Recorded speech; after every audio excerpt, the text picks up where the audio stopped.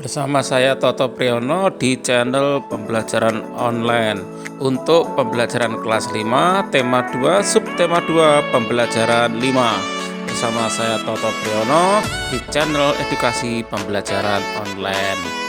Sekarang saat lomba, Dani merasa sesak napas. Dani menderita asma sehingga mudah sesak napas. Untunglah Dani selalu membawa botol spray untuk melegakan pernapasannya.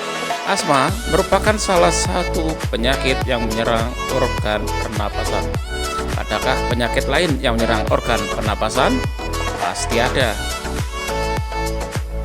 Organ pernapasan manusia terdiri atas hidung, tenggorokan, dan paru-paru. Setiap organ tersebut dapat mengalami gangguan akibat kuman penyakit yang berasal dari lingkungan atau kebiasaan hidup tak sehat.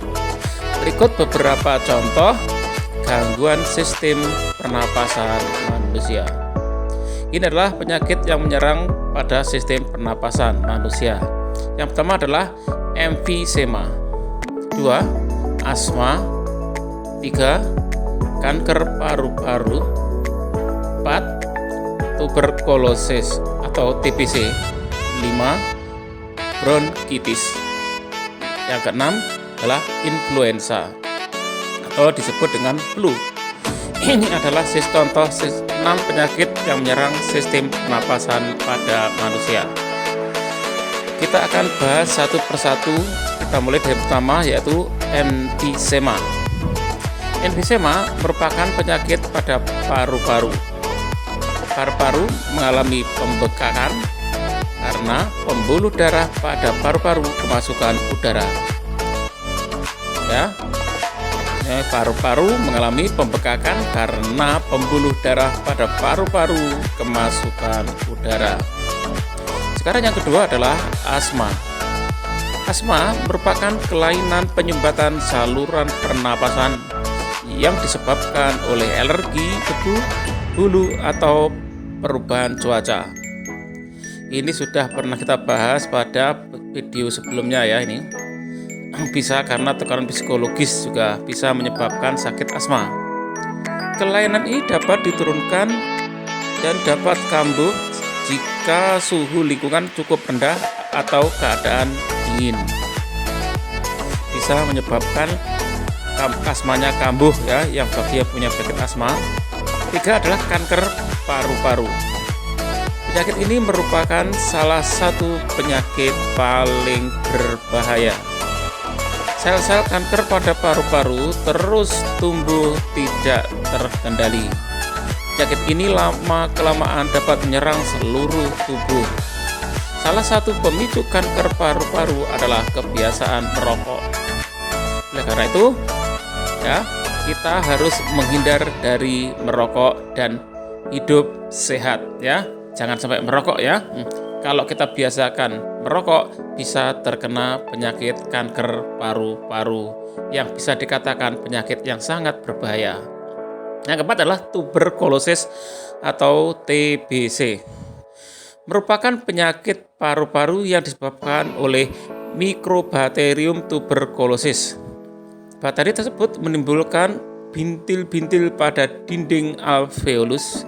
Jika penyakit ini menyerang dan dibiarkan semakin luas, dapat menyebabkan sel pada paru-paru mati.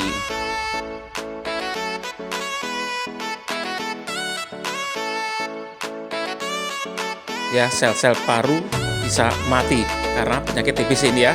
Akibatnya paru-paru akan mengucup atau mengecil. Hal tersebut menyebabkan para penderita TBC napasnya sering terengah-engah. Penyakit yang kelima adalah bronkitis. Merupakan gangguan pada cabang batang tenggorokan akibat infeksi. Gejalanya adalah penderita mengalami demam dan menghasilkan lendir yang menyumbat batang tenggorokan. Akibatnya, penderita mengalami sesak napas. Selanjutnya adalah yang sering kita dengar ya, influenza atau flu. Merupakan penyakit yang disebabkan oleh virus influenza. Penyakit ini timbul dengan gejala bersin-bersin, demam, dan pilek.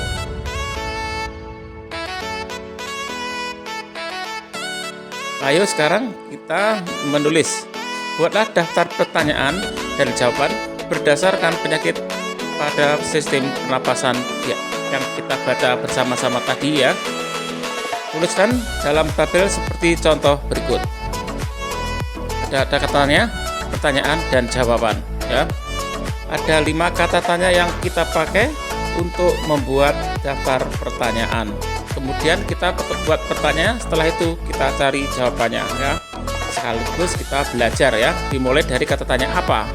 Apa penyebab penyakit emfisema? Jawabannya, emfisema disebabkan oleh pembuluh darah pada paru-paru kemasukan udara. Pertanyaan berikutnya, kata tanya apa? Apa yang kamu ketahui tentang penyakit asma? Penyakit asma merupakan kelainan penyumbatan saluran pernapasan yang disebabkan oleh alergi debu, bulu, atau perubahan cuaca. Pertanyaan ketiga adalah juga dengan katanya apa? Apa penyebab penyakit influenza atau flu? Jawabnya, penyakit influenza disebabkan oleh virus influenza.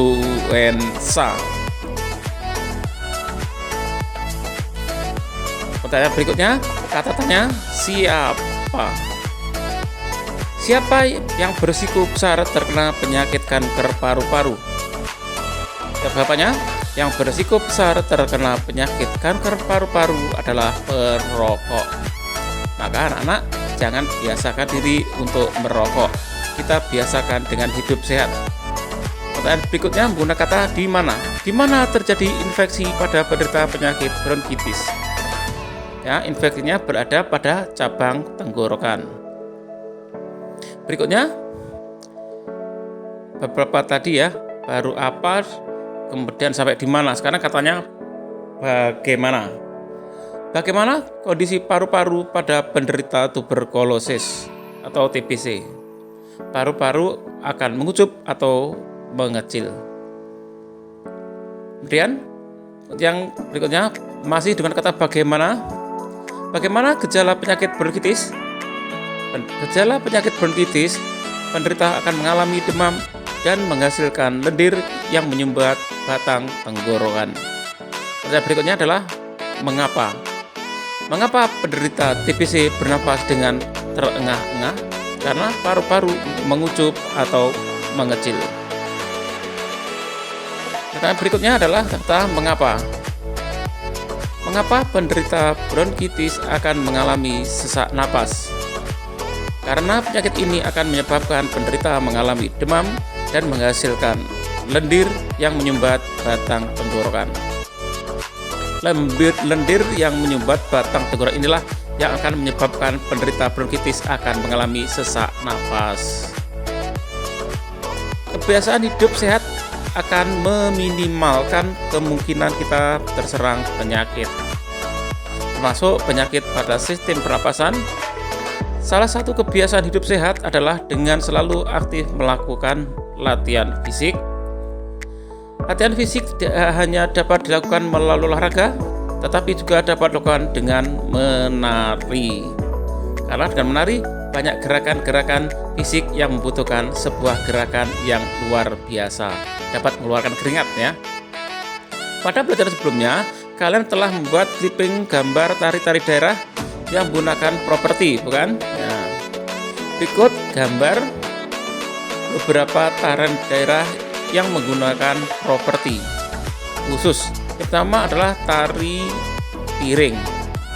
Sesuai dengan namanya, berarti properti yang digunakan adalah piring. Berikutnya adalah tari payung. Sama sesuai dengan namanya, makanya properti yang digunakan adalah payung. Tari berikutnya adalah tari serimpi. Properti yang digunakan adalah selendang. Ada selendang ya. Di tarian keempat ada tari jangger. Ini pakai kipas ya. Properti yang digunakan memakai kipas atau selendang ya. Ini adalah beberapa contoh tarian daerah yang menggunakan properti. Baiklah anak-anak, ini adalah video pembelajaran dari Bapak